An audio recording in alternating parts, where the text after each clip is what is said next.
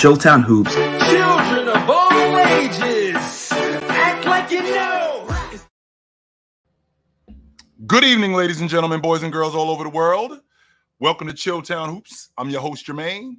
The youngsters call me OG. My friends call me J-Dub. Let's get to it. Well,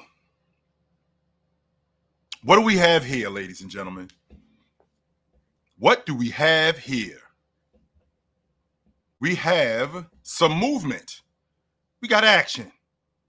And with us having action, we get to watch something that me and my man Tony Tone, who I'm on Fluent and Chill with Tony Tone every Tuesday night, 8 o'clock on the Chilltown Hoops Network. Come check us out. It's good stuff. Excuse me. It's good stuff. Come check us out. We have some really good basketball talks. With that being said, right? With that being said, we had a discussion a couple of nights ago about the incompetence of front offices in the Eastern Conference. The Eastern Conference, right? The Eastern Conference has damn good players. Like, all I hear about is how weak the Eastern Conference is, right? I hear why the Eastern Conference. I hear how the Eastern Conference sucks. The Eastern Conference isn't very good, right? I hear this all the time. The Eastern Conference is whack. So you guys know, I'm not sure that you guys are aware of this, but so you guys know, 2 of the last 4 league MVPs in the last 5 years. Just so you guys know, in the last 5 years, 3 guys have won the league MVP. 2 of them have been out of the Eastern Conference. The assist leader is in the Eastern Conference. Last 2 years, that's Tyrese Halliburton and James Harden. The NBA champ is in the Eastern Conference. That's 3 of the last 6 years. The most improved player is in the Eastern Conference. That's Tyrese Maxey. There's plenty of players in the Eastern Conference. Ballers. Plenty of them. The problem that we have in the Eastern Conference, and me and my man Tone had this conversation. It was a really good one. And Tone was the one who basically stuck on it, which I wholeheartedly agree with. It's the incompetence of front offices. And I just saw yet another example. I saw the situation with Monty Williams. We saw that, right? Saw the situation with Monty Williams. That wasn't an issue. That right there, I already know what that is, right? I already know what that is. So that's not something that I'm on the fence about. I already know what that is, right? I already know what that is. He made it clear that he didn't want the job. He took the job anyway, right? He took the job anyway, and it was solely for the bread. It was for the bread and for the bread only. He didn't want the job, but he took the job, and he did a terrible job because his heart wasn't in it. And instead, you begged him, gave him an offer he couldn't refuse. That's not Monty Williams' fault that you put $78 million on the table. That's not his fault. It is not Monty Williams' fault that you put $75 million on the table. He told you he didn't want the job. He said that. It's not like that's something that we didn't know was going on. No, he said that. He did not want the job. Yet you gave him an offer he couldn't refuse, and he took the job anyway. And it was a disaster. A complete and utter disaster.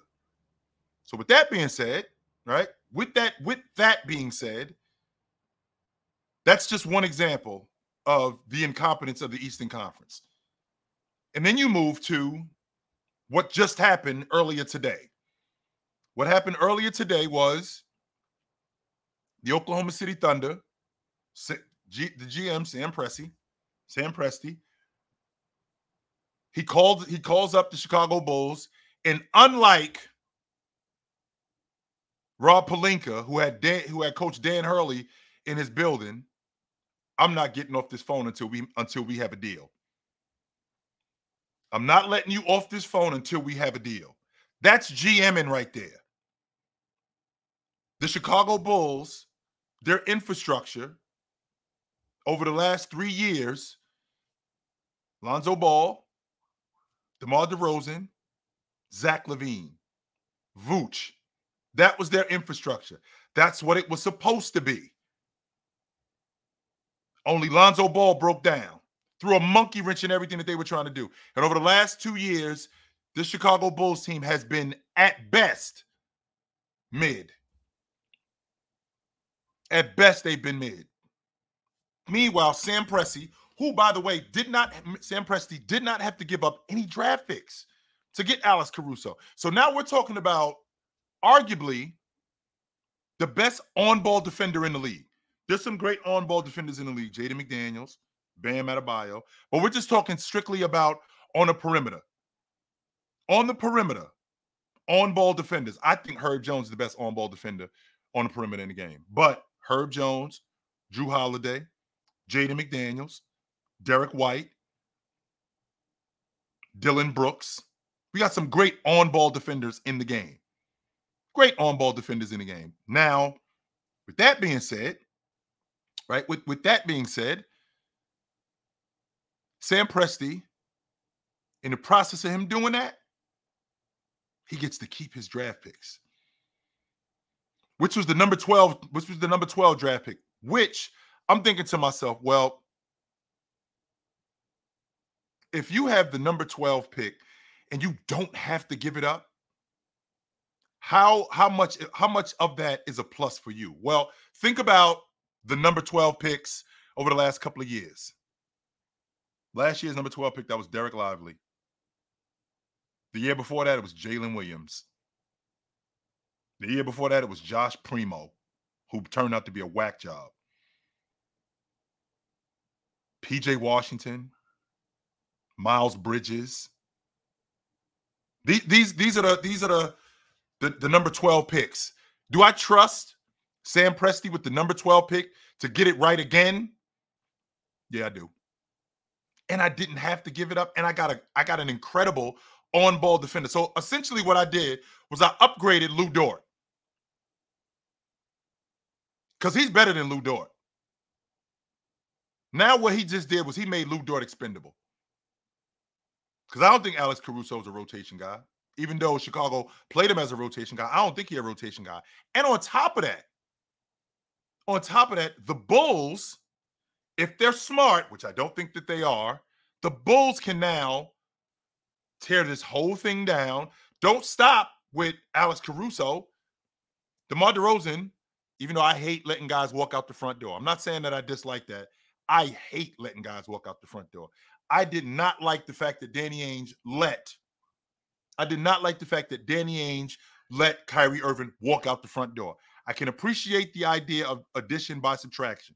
I can dig that. Sure. However, a talent like Kyrie Irving, a guy like DeMar DeRozan, who still got some years left. I don't think he's got a lot left. I think he's probably got another 2 years left because DeMar DeRozan is ancient. But I still think he's got some years left, and you don't just let him walk out the front door. Not without compensation. You can't do that, man. No. But I don't think that you just stop with Alex Caruso. Your infrastructure was Lonzo Ball, DeMar DeRozan, Zach LaVine, Vooch. Vooch's the only one I'm holding on to. I'm tearing this whole thing down. White. So if we're starting over, we're starting over with Giddey, with White. I'm gonna see if I can. I'm gonna see if I can get something for Zach LaVine because he's still on the contract. See if I can deal him. If I could get some draft picks. I'm tearing this whole thing down. The whole thing. I'm tearing all of it down. I'm holding on to Vooch, though. I am. I'm going to hold on to Vooch. And the reason why I'm going to hold on to Vooch, because 6'10" stretch fours and stretch fives do not grow on trees. And I think Vooch got some years left. And no, Lauri Markkanens are not just walking around. No, they're not. So I'm going to hold on to Vooch. The rest of them dudes, I'm out. Kobe White, holding on to Vooch. After that, Pat Williams, Bye. DeMar DeRozan, see you later. And this is just another example of the incompetence of the Eastern Conference. What did Sam Presti do with getting Alex Caruso? Well, one, he beefed up his defense with now having arguably the best perimeter defender, on-ball defender in the game, plus Lou Dort, because he's got more size. Because Alex Caruso, a bit of 6'6". A bit of it. There's nothing 6'2" or 6'3" about him. He a bit of 6'6". So now I got a 6'6" ball hawk. Meanwhile, the Milwaukee Bucks know for a fact that this is exactly what they need. And what do? They hand over Drew Holiday. They just handed him over. This is the incompetence that we talk about when we're talking about front offices in the Eastern Conference, which is why they are as bad as they are, which is why the Celtics are one, the NBA champs. Brad Stevens should be the executive of the year, because there's no way, if you are the Milwaukee Bucks, that you just hand over Drew Holiday. There's no way. I'm not handing over Drew Holiday. I can't. I'm not saying that I won't. I can't hand him over. There's certain guys that you can't have him unless you make me a deal that I can't refuse. To send Drew Holiday to Portland for Damian Lillard, Brad Stevens is immediately, and this is where great GMing comes in, Brad Stevens is immediately picking up the telephone and calling up. He's immediately picking up the telephone and calling up the Portland Trailblazers. Hey, what's the story with Drew? What you want for him? I got Grant Williams, or I have Malcolm Brogdon, one of the best rotation guards in the game, one of the better vets in the game, and I got one of the best big defenders in the game. And one of the best big defenders in the game. Do we have a deal? Yes, we got a deal. And Drew Holiday is now a Boston Celtic. That's a fireable offense for the Milwaukee Bucks to see Drew Holiday go from Portland, or see Drew Holiday go to Boston via Portland. That's a fireable offense for a GM. And then on top of that, you have no idea what you're doing with your coach. None. You have a coach in here who, in the process of him getting the job and trying to do a good job, what does he do? What does he end up doing? Alex Caruso is listed as 6'4". Alex Caruso, a bit of 6'6". If you've seen Alex Caruso, I've seen Alex Caruso stand up to Kenny Smith. Kenny Smith, 6'3". Alex Caruso is significantly taller than him. Significantly taller than him. But you have a coach who, this is his first year as a coach, and you already have dissension on the crew because Terry Stotts quits. Why does he quit? Because he's looking at this crew, right? He's looking at this crew and he's going, this guy doesn't know what he's doing. Is that true that he doesn't know what he's doing? I'm not sure if that's true that he doesn't know what he's doing. I can't say with 100% certainty that that's true, that he does not know what he's doing. I don't know if that's true. I don't. I do not know if that's true that he doesn't know what he's doing, but I do know that they were in second place. They were in second place in the Western Conference. I do know that for a fact. Second place in the West, second place in the Eastern Conference. I'm sorry. Second place in the Eastern Conference. And in the process of them being in second place, man,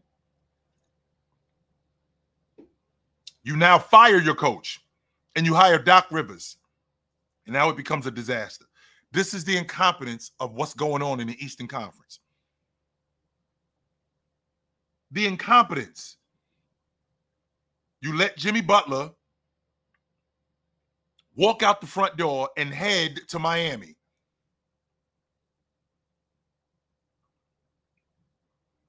Pat Riley, you don't pick up the telephone as soon as Damian Lillard is traded from Portland to Milwaukee and Drew Holiday goes to Portland, which we know for a fact he is not putting on a Trailblazer uniform. No, he ain't.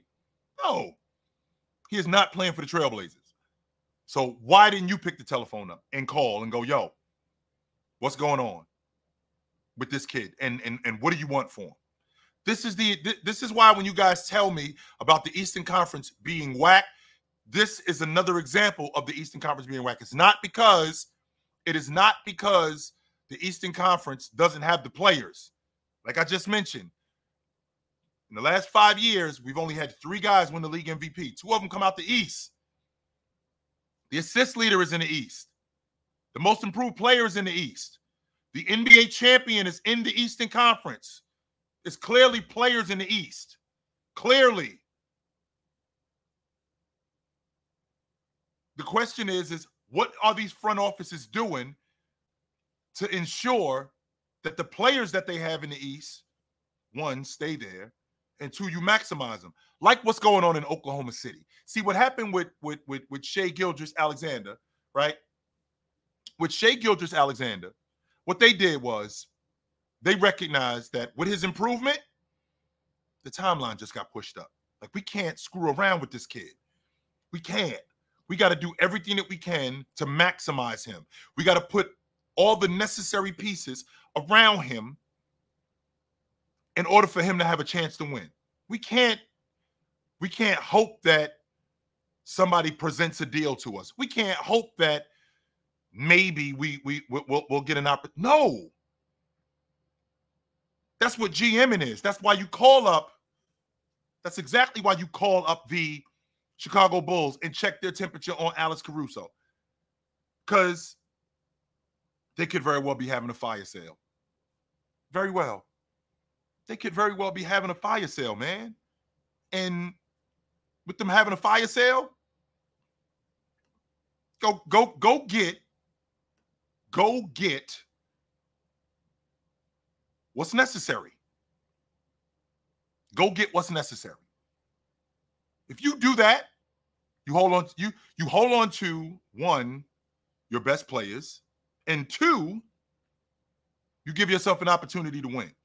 And this logic of the Eastern Conference being weak goes away. But you got teams like the Washington Wizards passing on Jalen Williams for Johnny Davis. This is the incompetence that the Eastern Conference GMs have right now. If you're the New York Knicks, you trade both R.J. Barrett and Quigley for OG Anunoby, who could very well walk out the front door and head west. And now you traded him for nothing. Now you got nothing for him. Unbelievable. Unbelievable. So, with that being said, what's next for teams like the Dallas Mavericks? Was it a fluke what they did? Were they the ones who were fortunate enough to get a good match, to get favorable matchups, and then they just ran into a better team in the Boston Celtics? I think both of those things are true. I don't think that what they did was a fluke. I think that they got favorable matchups. I never believed in the Clippers. On any front did I believe in the Clippers. I didn't. I had no faith in the Clippers whatsoever. As soon as I saw the matchup, I told you guys they beat the Clippers in 5 games. It actually took 6, but I thought it'd be 5 games. They outs the Clippers. I thought Oklahoma City was too young. They ain't there yet. With Oklahoma City not being there yet, now they run into Minnesota, where I thought that the buck stopped. That's when I thought that they ran into a buzzsaw. Because I thought the Minnesota-Denver winner was the Western Conference champion winner. I had no idea that they would handle Minnesota like that. And the reason why they handled them like that was because Minnesota's Minnesota's offense was their biggest problem. It was not their defense. Their defense was stellar. I mean, I thought that they did a good job for the most part on Lou. I thought they did a good job in trying to handle them. The problem was their offense was insufficient. That was the biggest problem with them. So because now their offense gets exposed and they can't score, that increases Dallas's offense. Because now you guys are on the defense on the regular. You guys are regularly on the defense. So with that being said, they run into a team that's very similar to Minnesota. Very similar to Minnesota, except our offense is better. Defensively, we just as good, right? Defensively, we are just as good. Our offense is just better, much better. And because our offense is better, you can't contend with that. And they end up mopping them right out of the playoffs. And now you have the NBA champion. So what do the Dallas Mavericks need to ensure that what they did wasn't a fluke? I think that they could upgrade at the small forward spot. I'm not totally out on Derrick Jones Jr. I'm not totally out on him because I actually like him. But I do think that they can upgrade at that position. I do think that. Derek Lively comes back better. Gaffett comes back better. I feel like Irv is in a great place. Luka's good. It starts ultimately with Luka, though. Of all the guys that I feel like it starts with Luka.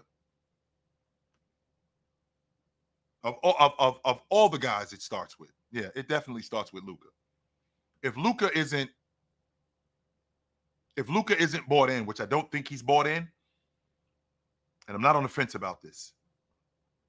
If Luka isn't bought in, there's no reason for me to believe that this team could get back to where they were trying to get back to. There's no reason for me to believe that. If Luka isn't bought in, he's got to get himself in better shape. He's got to be more committed on the defensive end of the floor. He has to be. He's got to be more committed on the defensive end of the floor. And I feel like when he does that, if he does that, I think we're having a different conversation about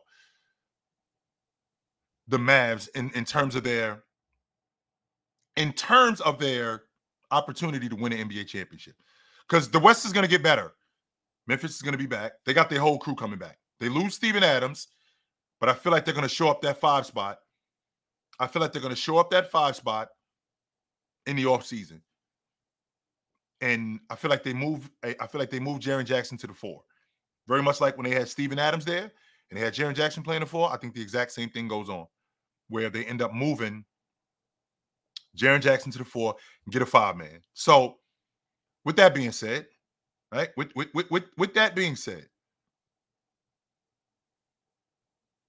the Dallas Mavericks, it starts with Luka and what Luka is committed to doing. He's got to get himself in better shape. It's not a coincidence. It is not a coincidence that it's not a coincidence that Joker drops 35 pounds. That's not a coincidence. That when he drops 35 pounds, he goes on to win the league MVP in back-to-back seasons and has one of the greatest runs in postseason history and wins the NBA championship. That's commitment right there. It's some luck. It's some things going your way. I won't argue that. Sure. It's definitely some things going your way. That's luck too. And that's commitment. 100% that is. And as good as Luka is, that commitment, I'm not there yet with him. I'm just not there with him. I don't think that he's got that commitment. And I ain't asking for Drew Holiday. I'm not asking for Alvin Robinson. I'm not asking for Joe Dumars as a defender. I ain't asking for that. No. I don't see that. What I am asking for, though, is for you to give me the effort on defense on a consistent basis. Well, if you look at Luka's numbers, he's one of the best post defenders in the game. He's one of the better players in the game at getting deflections. Luka is Olay. Luka is a turnstile. Luka is for all intents and purposes, He is a cone. And there's no way that I can honestly watch him and say, yo, he's committed. No, he isn't. No, he is not. If he was, he'd get himself in better shape. And with him getting himself in better shape, he'd be a better defender because that's just effort. And then I watch him on defense and I'm thinking to myself, I don't know if he knows what he's doing defensively. So does that mean that we got to teach Luka how to play defense? If that's true, okay, fine. He's still young enough where he can get better as a defender. I feel like that. I do feel like he's still young enough where he can get better. No doubt. But if that commitment isn't there, none of this matters. And where am I going to get that commitment from with him? I'm going to get that commitment in the offseason and how he takes care of his body. That's the $1 million question. Am I going to get that from him? So moving forward, I don't think that the Dallas Mavericks have a major overhaul that's necessary. I don't think that a major overhaul is necessary. I'm looking at their crew, and I think Derek Lively's going to be better next year. I think Gafford is going to be better. Gafford's going into year 5. I think he's going to be better. PJ Washington, I think he's better. I think he comes back better. I'd like to shore up that bench. I would like to do that. And on top of shoring up that bench, I'd like to see those guys get better. Like, was Dante Exum a fluke? Dante Exum is an energy guy. But Dante Exum being an energy guy, does that mean that he can't give me if he's an energy guy, that means that he can give me consistent energy on the defensive end of the floor. And he can give me buckets. He could do that. I think he can do that. So with that being said, right? With that being said, him, Green, I actually like Josh Green. I do. I like Josh Green. Tim Hardaway, I got to find out what the story is with Tim Hardaway. Is he hurt? I mean, because this was their third leading scorer. He was their third leading scorer. So it wasn't like Tim Hardaway was just a good routine. No. He was their third leading scorer. So why, like, where was the problem with Tim Hardaway? Was he hurt? Did they not run enough action for him? Did they not get him enough shots? What was the problem with Hardaway? Because there's no way that you got a shooter like that who you don't run action for, or you run or you are getting action for, and now all of a sudden he just can't be found. Do I want to move off of Hardaway? I think that's an option. Unless you could tell me, right? Unless you could tell me that Tim Hardaway is going to be better, I'm down to move off of him. And Big Pontiac, Big Pontiac posed the question. He said, name one European player that was known for D other than a 7-footer. How about Andrew Karolinko? How about him? Andrew Karolinko was a lockdown defender. He was an awesome defender. 100% he was awesome. Marshall Lunas played defense. There's Europeans who play defense. There are Euros who play defense. That's not something that's uncommon. So that leads me to what the Lakers did today, which was hire JJ Redick, who it's becoming more and more apparent that he was the guy right from the beginning. But they couldn't just hire him right from the beginning. They couldn't do that. And the reason why they couldn't do that was because if they did that, it would just look bad, right? If they ended up if they ended up hiring, especially considering, right, especially considering what was going on,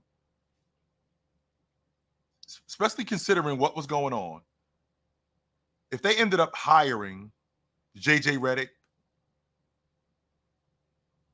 it would just look bad. It would have looked really bad. And they couldn't risk that. Even though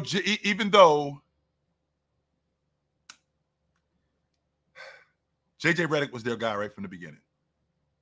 100% he was. Definitely was their guy right from the beginning. So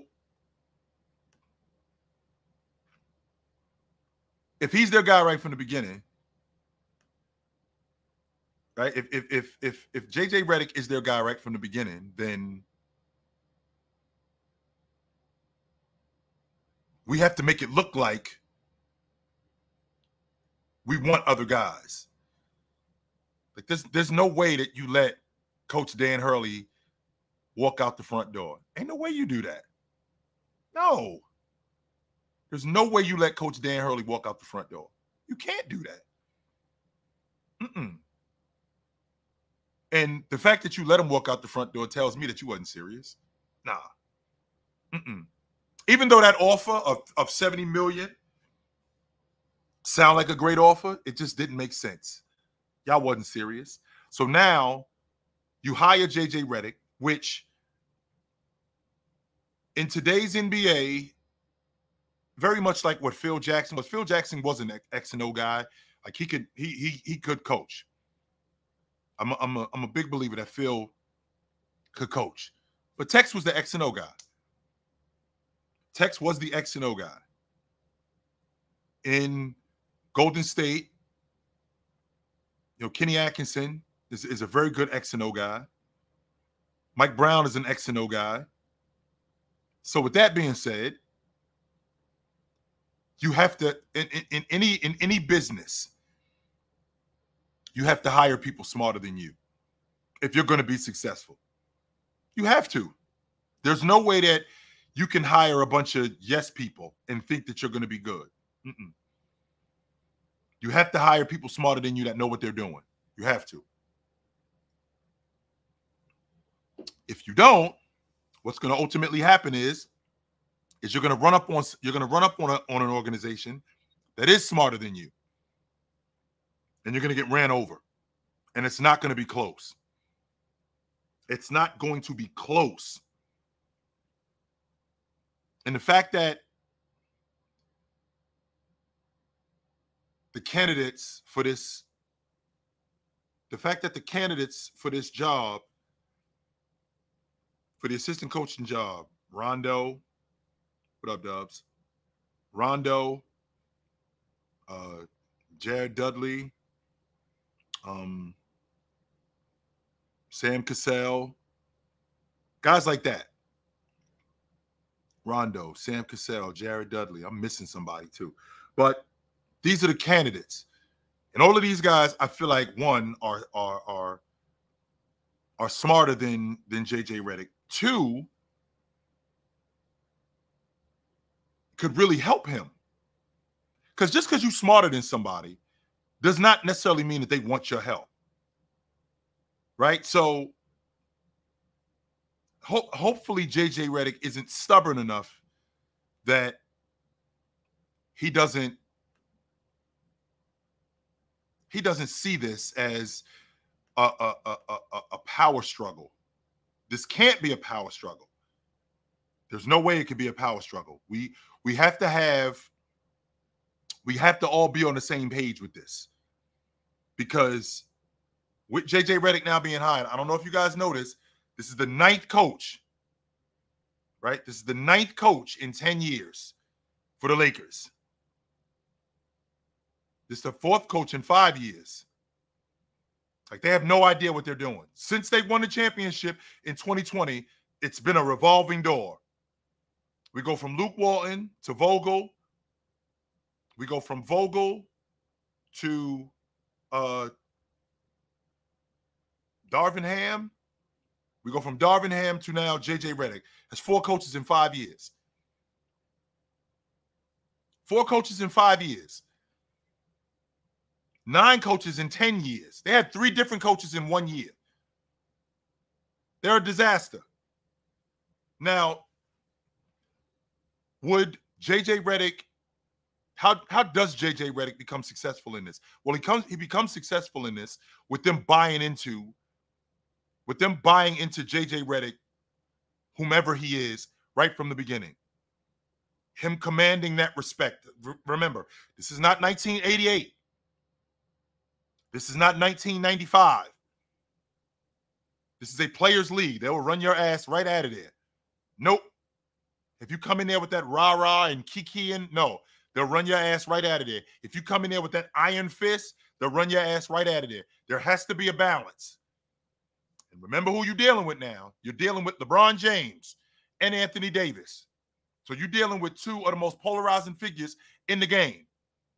So because you're dealing with these two dudes, you have to be very careful in how you handle this situation. Is this a situation where Casey Jones gets the head coaching job with the Celtics and lets Larry Bird and Kevin McHale and Cedric Maxwell and Robert Parrish and Danny Ainge and all of these guys know this team is going to go as you guys go? That's what this team is going to be. This team is going to be what you guys want it to be. If you want to be champions, you got to show it to me. You got to show me that you committed to wanting to be champions. Because if you don't, it's clear that we're going to be something else. Is J.J. Redick a figurehead? Like Lady Eloise or something like that? Are these guys going to listen to him? He does have the NBA background. He doesn't have the coaching cachet, though. That's the problem. Very much like Steve Kerr. He does not have the coaching cachet. Because he doesn't have the coaching cachet, what does that mean moving forward for him? How does he get that from his crew? How does he get that from LeBron James? Because James being the leader, and we all know that James, even though he said he didn't, he has something to do with this. He definitely has something to do with this. He endorsed Coach Dan Hurley. Yes, he did. Oh, 100% he did. He endorsed him. Yep. And whom else ever they brought in. The best players got to get behind that. Particularly in today's game. The best player has to get behind it. Because if he doesn't, we're going to have this revolving door. It's going to keep revolving. That's what's going to happen. We're going to keep going in the same direction. So James and Anthony Davis are guys who have to get on board. More than anybody. They got to get on board. If they don't get on board, this thing is going to be a disaster. I feel like the talent is there. Is the philosophy there? That's what we got to figure out. That's what we have to get to the bottom of. That part right there. Is the philosophy there? Because that's the key to winning. That's why Dallas isn't where they need to be. Because Luka ain't bought in. We got to get everybody bought in. One guy being bought in, or of the 17 guys that's on this crew and the 15 guys that's on the active roster, if one guy isn't bought in, we go to pieces. Especially if my leader isn't bought in. Particularly if my leader isn't bought in. So James has to be bought in here. Anthony Davis has to be bought in here. All the rest of them dudes, they'll get in line. They will get in line if James is bought in. And he has to be, because he has something to do with this hire. Excuse me. There's no way that they didn't do this without his blessing. Hell yeah, they did. Now, I'm not buying the whole logic. Well, he's not even signed. So with him not even being signed, you think LeBron James leaving $52 million on the table? I'm going to say that one more time for the people in the back. Do you think LeBron James is leaving $52 million on the table? I'm willing to bet no. I don't think he loses. I don't think he's leaving $52 million on the table. And because I don't think he's leaving $52 million on the table, they went to him and said, what do you think of this guy? How do you feel about this guy? And what did he do? What did he do? He endorsed it. That's why they hired him. They didn't hire J.J. Redick in the effort that they were going to lose LeBron James. That's smoke and mirrors, what you're hearing from his agent. That is smoke and mirrors. I'm not sure that LeBron James is going to sign with the Lakers. That's smoke and mirrors. He ain't going nowhere. He'll be right back with the Lakers. I would be shocked if he left that $52 million on the table. The only way he leaves that $52 million on the table is if he signs an extension. If he signs a 3-year extension for $120 million or $130 million or $150 million, that's the only way he doesn't opt in for that money. If he leaves that money on the table, is if he's signing an extension for 3 years for way more money. He's not leaving that money. He's not leaving that money on the table and signing a 2-year extension for $70 million. No, he ain't doing that. Even though it would make the most sense, because if you figure it can open up some money so we can get some other players in here. It could do that. It could open up some money and you can get some other players in here. But James is about maximizing his earning power. And James is all about making the most that he could possibly make. He did that. He took less money in Miami because he had to at that time. He was in a tough spot. He was trying to win. He was trying to win. He was in a difficult position. So he had to do that. If he doesn't do that, right? If he does not do that, he's right back where he was when he was in Cleveland. Miami can't make any moves. They can't bring in any free agents moving forward. They can't do that. And on top of that, when they actually do win, now Miami becomes a desirable place. So now guys like Juwan Howard and Mike Miller are looking at Shane Battier. They're looking at Miami like, I'll go play down in Miami for a little bit of money. With him, yes, I'll do that. Winning has a tendency to do that. James is in a space where these big paychecks, they're running out. Even though he's still one of the better players in the game, but this is a year. When you get to this age, this is a year-to-year thing. So they're trying to maximize what James is and how many more years we got left. So now you have a guy in J.J. Redick, whom it's not a coincidence that James is attached to. And with James being attached to him, they coincidentally are interested in hiring him as the head coach. I don't think he's a puppet. I'm not gonna do that because J.J. Redick does not strike me as that type of dude. Him coaching the Lakers, that's another situation that had to make sense.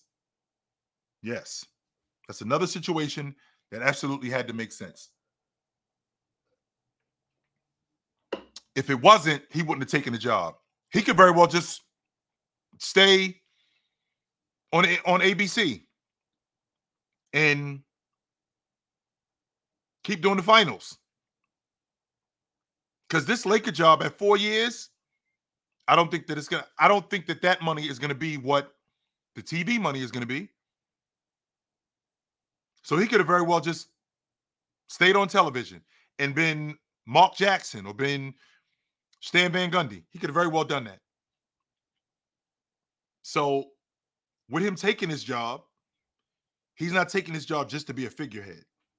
He's going to have some say-so. And I can tell you guys right now, throughout the season, there's going to be some feathers ruffled. Because J.J. Redick is rigid. J.J. Redick is not one of these guys that is a yes man. J.J. Redick is not one of these guys that's docile and sip. No. JJ Redick was one of the most hated college basketball players. JJ Redick was not popular in the NBA. There's not a lot of people who dug him. You saw him on First Take going at Stephen A. Smith, roasting the older guys. So with that being said, this thing here with JJ Redick, it's going to be interesting. I think it's going to be really interesting how they handle him. I do. I think it's going to be really interesting how they handle him, because I know for a fact, I'm not saying that maybe possibly, I know for a fact that JJ Redick, with him being who he is, man, this thing is going to get tricky. This thing definitely gets tricky. Yes, it does. So I will be paying close attention to it. Yes, I will. I definitely will be paying close attention to it. So we'll see. But the Boston Celtics have won the NBA championship. The Boston Celtics, for all intents and purposes, their front office, the way that they're doing things,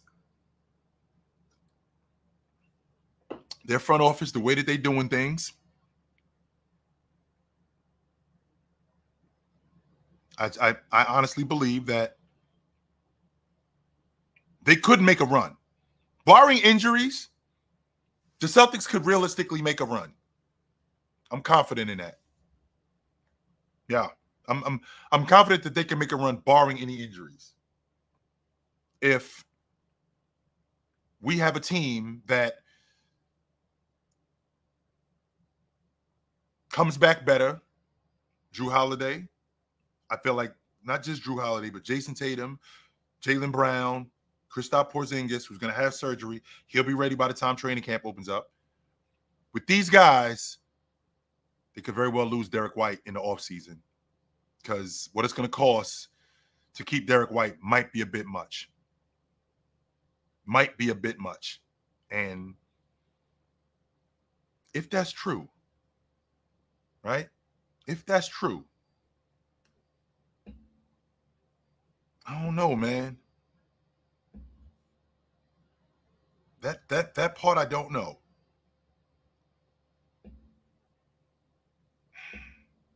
I do think that they could do a better job in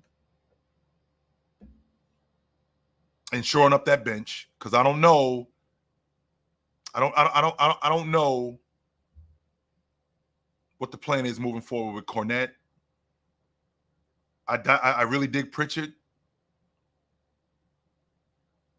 I did get something put on my mind, though, and I was wondering what you guys might think of this, and that is, what if the Boston Celtics drafted Bronny James? What if the Boston Celtics took Bronny James and stashed him? Now, we live in an era where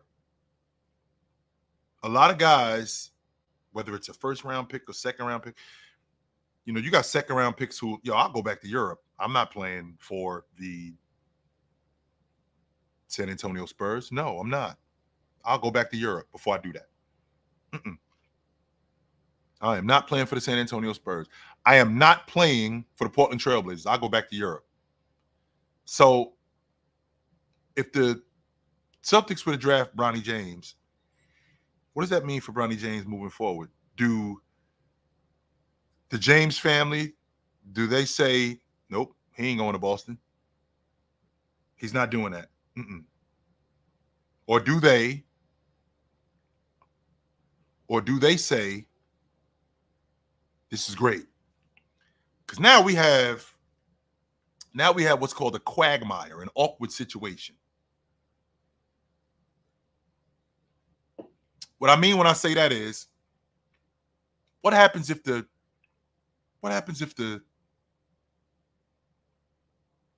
Celtics end up back in the finals? They draft Bronny, and he ends up cracking the lineup where he becomes one of their rotation guys, or he's on the bench.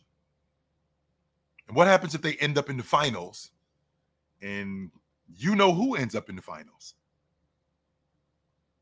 What happens then? I mean, I think that's great for TV. I don't think it's something that would happen. I think it would be great for TV. The storyline would be epic. Oh, it would be fantastic. James and the Lakers. James and the Lakers against the Celtics with Bronny James on the Celtic bench. Oh, that would be fantastic for TV. But would he play for the Celtics if they ended up drafting him? That's my question. Would he go there, or would his people make it clear that no? Because agents do that. And a lot of times they bluff. A lot of times all they doing is woofing. Your guy is ultimately going to go end up there. We heard Kobe Bryant say it. If the Nets would have picked him at 8, Kobe Bryant would have been in Jersey playing for the Nets. 100% that would have happened. If the Nets would have taken him, he would have been there. But they bluffed. If you take him, he's going to Europe. And the Nets weren't interested in risking that. Well, what if the Celtics end up calling James's bluff? We drafting him. We're going to draft him. And not only are we going to draft him, we're going to draft him and we're going to hold on to his rights. We're not going to stash him. Like, he's not going to be one of those guys that we put in the G League. No, we're actually going to develop him. We're going to develop him. Now, the question is do you want to get down or do you not want to get down with it? Because we're doing it. We're doing it. I think that would be great for TV. I'm not saying that it would be good. I think it would be great for TV. I think it would. I definitely think it'd be great for TV. So this offseason looks like it's going to be fantastic, man. We already got action. We already got a lot of motion, and draft night's coming up next week. I'll be really interested to see what happens with Washington. Yeah, I'll be really interested to see what happens with Washington. And I'll be interested to see what San Antonio does. Yeah, I'll be really interested to see what San Antonio does. Because I know that they need a lead guard. I think that guy's in college. I do. I think that guy is in college. And I just don't know where he is, though. I think that's the difference. I do think that San Antonio's lead guard is in college. And they've actually done a good job with drafting. I mean, they found Tony Parker. They found Ginobili. You know, guys like that. Leonard. You know, guys like that. They found those guys. And you know, I feel like Pop does a good job in evaluating talent. He is long in the tooth. We all know that. We all know that Pop is long in the tooth, and you know, I feel like his best days are behind him. His best days as a coach. I mean, Pop is almost 75 years old. Right? So, you know, a guy almost 75 years old, there isn't much else left there. So how much longer Pop gonna stick around? I don't know. That part I don't know. But I'm interested to see what they do at 4 and at 8. The Oklahoma City Thunder at 12, I love it. And the reason why I love it is because of what Sam Presti has done with this roster. And the fact that he moved on from Josh Giddey, trades Josh Giddey, right? Trades Josh Giddey to Chicago. In the process of trading Josh Giddey to Chicago, he gets to keep his picks and gets a better defender. Gets to keep his picks and get a better defender. That's not common.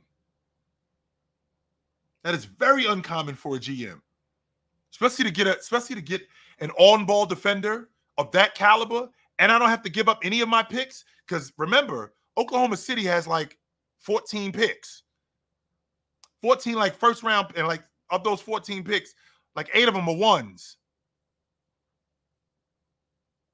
and I get to keep my ones and get Alex Caruso. That's GMing for your ass right there. That is GMing for your ass right there. Let me tell you. Yes, it is. That is GMing for your ass. And this is just another example of why, and I said this to you guys earlier in the show, this is just another example of why the Western Conference is what it is and the Eastern Conference is what it is. For that reason right there. And if this continues, Oklahoma City's trajectory is exactly where it was when they had KD and Russ and Ibaka. They're trending in the right direction.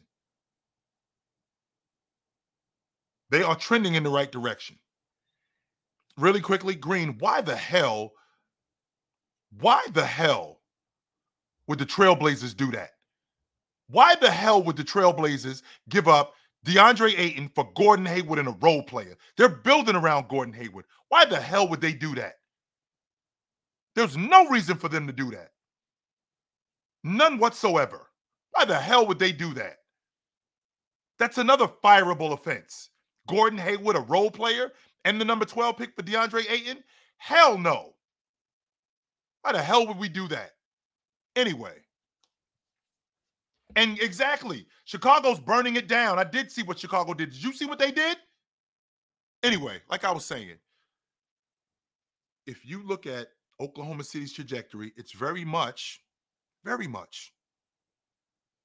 like the trajectory that they were on when they got KD, when they drafted Russ, when they drafted James Harden, when they drafted Ibaka. The trend that they're on, they're going this way. And with them doing that, I feel like they're in a damn good place. That's just smart GM. And they had to do that because Oklahoma City, very much like Portland, very much like New Orleans, you're not bagging free agents. There's not a big-time free agent that's coming to San Antonio. Unless you have something that's eye-popping. Otherwise, nah. That's not happening. What you have to do is you got a GM. You got to get it right in the draft. And you got to get it right with trades. You have to. I'm not saying that you should, especially when you're in a market like that, you have to get it right. You have to. If you don't, you can bet that this sets you back. Oh, 100% it sets you back. Years. So, like with that being said, I like the direction that Oklahoma City's going in. And I will keep you guys posted. Yes, I will. But it's about that time for me. I got to shake the spot. It was good to see you guys tonight. This offseason looks like it's going to be great. We got action. The draft is coming up. I will be back soon to talk about the draft, to talk more about free agency and all of that good stuff. And I will be back here to talk about all of that good stuff soon. But it was good to see you guys tonight. And I will see you guys soon. But until then, put on a suit, drink water, don't drink and drive. Hey, man, call your mother. When last time you talked to your mother? Call your mother. I will see you guys soon. But until then, take it light, but take it. It was good to see you guys tonight, no doubt. Good to see you.